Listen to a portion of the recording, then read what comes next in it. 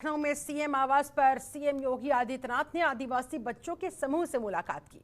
आपको बता दें 6 फरवरी को 21 बच्चों का दल आंध्र प्रदेश से भारत भ्रमण पर निकला था, जो कि एक हफ्ते से बच्चों का समूह यूपी के कई जिलों में भ्रमण कर चुका है। बच्चों से मुलाकात करने के बाद मुख्यमंत्री योगी आदित्यनाथ ने फिर कोरोना के मसले पर अधिकारियों के साथ एक महत्वपूर्ण बैठक भी ली। दरअसल देश के साथ साथ यूपी में भी कोरोना का संक्रमण तेजी से बढ़ रहा है, जिसे लेकर मुख्यमंत्री योगी आदित्यनाथ गंभीर नजर आ रहे हैं। और इसी के मद्देनजर ये देखिए 2 तस्वीरें आपके सामने। पहले आदिवासी बच्चों से मुलाकात करते मुख्यमंत्री योगी आदित्यनाथ नजर आए, उन्हें गिफ्ट देते सीएम योगी नजर आए। एक हफ्ते से दरअसल बच्चों का इस समूह यूपी के कई जिलों में भ्रमण कर रहा था और आज उनका मुलाकात का कार्यक्रम था मुख्यमंत्री योगी आदित्यनाथ के साथ। और इस कार्यक्रम के संपन्न होने के बाद फिर अधिकारियों के साथ कोरोना के संक्रमण बढ़ने के मसले पर महत्वपूर्ण बैठक भी फिर सीएम योगी आदित्यनाथ लेते दिखे।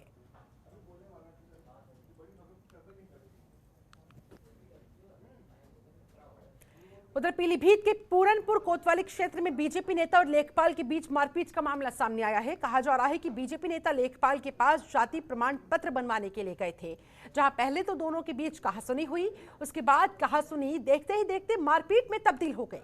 वहां पर मौजूद लोगों ने मामले को शांत करवाया, इस बारे में पुलिस को सूचित किया। तो वहीं बीजेपी नेता ने आरोपी लेखपाल पर मारपीट का और बदसलूकी करने का आरोप लगाते हुए एफआईआर दर्ज कराई। फिलहाल पुलिस ने मामला दर्ज कर लिया है, आगे की कार्रवाई भी शुरू कर दी है।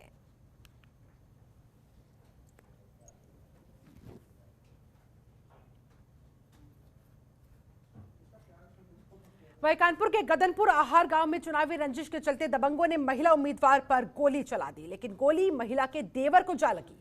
गोली की आवाज से चारों तरफ हड़कंप मच गया। आसपास के लोगों ने इसकी सूचना पुलिस को दी। मौके पर पहुंची पुलिस ने घायल युवक को अस्पताल में भर्ती कराया। फिलहाल पुलिस ने आरोपियों के खिलाफ मुकदमा दर्ज कर लिया है, आगे की तफ्तीश भी शुरू कर दी गई है।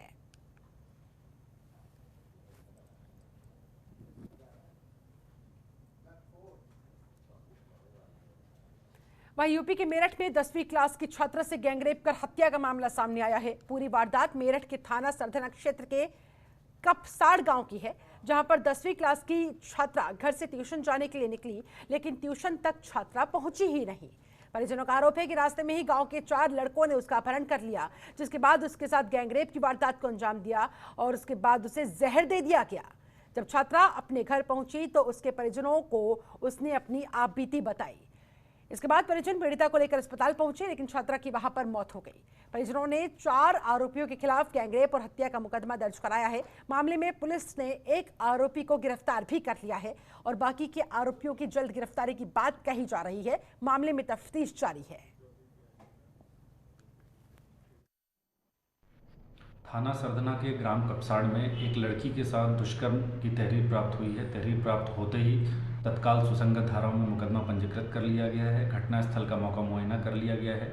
लड़की के घर से एक सुसाइड नोट मिला है, जिसमें मुख्य रूप से लखन नामक एक व्यक्ति का जिक्र है और उसके साथियों का जिक्र है। इसके आधार पर जो मुख्य अभियुक्त है लखन पुत्र संजय, इसकी गिरफ्तारी तत्काल सुनिश्चित कर ली गई है।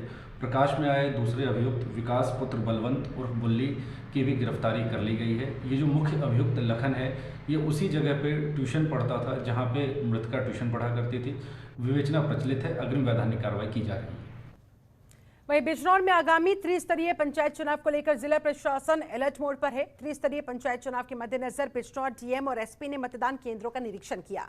डीएम रमाकांत पांडे ने कहा, त्रिस्तरीय पंचायत चुनाव में कहीं भी कोई भी गड़बड़ी नहीं होने दी जाएगी और शरारती तत्वों पर प्रशासन की सख्त नजर रहेगी। थानों में जाकर जितने भी अपराधी हैं उनके विरुद्ध क्या कार्रवाई की गई है उसकी भी जानकारी ली जा रही है।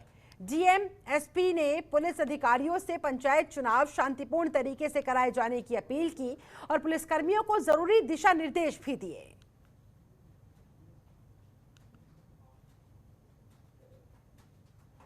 चुनाव का कार्यक्रम घोषित हो गया है जी। तो मैं और कप्तान साहब और हमारे ऑफिसर्स सीओ साहबान और एसडीएम साहबान हर थाना क्षेत्र में हर गांव की संवेदनशीलता, क्या व्यवस्थाएं हैं, क्या कमियां हैं, उन्हें कैसे दूर किया जाना है, क्या ट्रबल एरियाज हैं, कहाँ समस्या हो सकती है, कहाँ सख्ती की जानी है, इसका आकलन कर रहे हैं। कितनी कार्रवाई हो गई, 107-16 की कार्रवाई कितनी हो गई, शस्त्र कितने जमा हो गए और कहाँ कहाँ क्या कमियां हैं जिन्हें हमें दूर करना है। तो इसकी समीक्षा थानावार हम लोग जा के कर रहे हैं, हमारे ऑफिसर्स भी कर रहे हैं, हमारे कप्तान साहब भी जाके कर रहे हैं। तो आज अभी मंडावर गए हैं और यहाँ का भी वहीं नोएडा के सेक्टर 61 के एक मॉल में चल रहे स्पा सेंटर में पुलिस ने छापेमार कार्रवाई की। दरअसल पुलिस को स्पा सेंटर में गड़बड़ी होने की शिकायत मिली थी, जिसके बाद पुलिस ने स्पा सेंटर में रेड डाली। स्पा सेंटर में छापेमारी से अफरा तफरी मच गई। इस दौरान पुलिस ने स्पा सेंटर के संचालक को, मैनेजर समेत 9 युवकों के साथ 14 युवतियों को भी वहां से गिरफ्तार किया। 14 युवतियां भी इनमें शामिल थी। साथ ही पुलिस ने स्पा सेंटर से कई तरह की आपत्तिजनक चीजें भी बरामद की है। एडीसीपी ने बताया कि इस बात की जांच चल रही है कि इस स्पा के संचालन में मॉल के प्रबंधक और सिक्योरिटी अधिकारी की क्या भूमिका है। उन्होंने कहा, पूछताछ के दौरान कुछ और अहम जानकारियां हाथ लगी है और उसी के आधार पर पुलिस आगे की कार्रवाई कर रही है।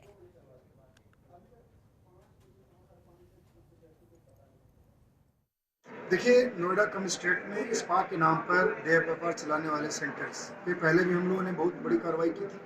काफ़ी सेंटर्स पे, इस तरह के सेंटर्स पे छापेमारी की गई थी और जो आरोप देह व्यापार का था वो सही पाया गया था, उस पर वैधानिक कार्रवाई की गई थी। इसके बावजूद भी आज सूचना मिली थी कि सेक्टर 61 में जो सॉप्लेक्स मॉल है, यहाँ पे निर्वाणा नाम का एक स्पा चल रहा है और उस सूचना पे SCP-1, SCP-2, AH2 की टीम, हमारी महिला थाने की टीम, इन सब लोगों ने यहाँ पे छापेमारी की और इस संयुक्त कार्रवाई में हम लोगों ने यहाँ पे जो देह व्यापार का आरोप था वो सही पाया है।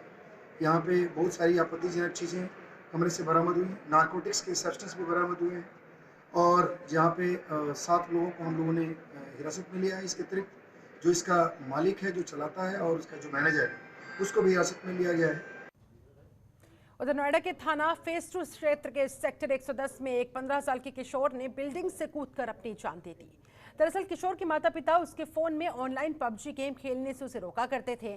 पढ़ाई करने के लिए उसके ऊपर दबाव बनाया करते थे। साथ ही किशोर का मोबाइल फोन भी ले लिया गया था पेरेंट्स की तरफ से, जिसके बाद किशोर नाराज हो गया, घर से निकल गया था। इसके बाद किशोर का शव निर्माणाधीन बिल्डिंग से बरामद हुआ। सूचना मिलते ही मौके पर पहुंची पुलिस ने शव को कब्जे में लेकर पोस्टमार्टम के लिए भिजवा दिया है। पुलिस को मौके से कोई सुसाइड नोट नहीं मिला है।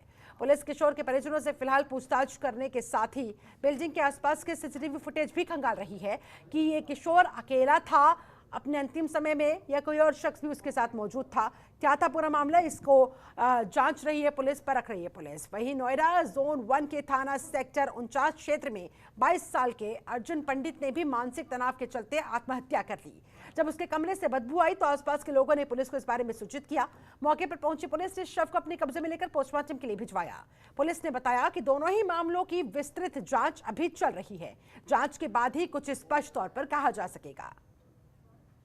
चलिए, इसी के साथ इस बुलेटिन में फिलहाल बस इतना ही। आप बने रहे जनतंत्र टीवी के साथ। खबरों के निष्पक्ष विश्लेषण के लिए सब्सक्राइब करें Jantantra TV and press the bell icon. Never miss any update.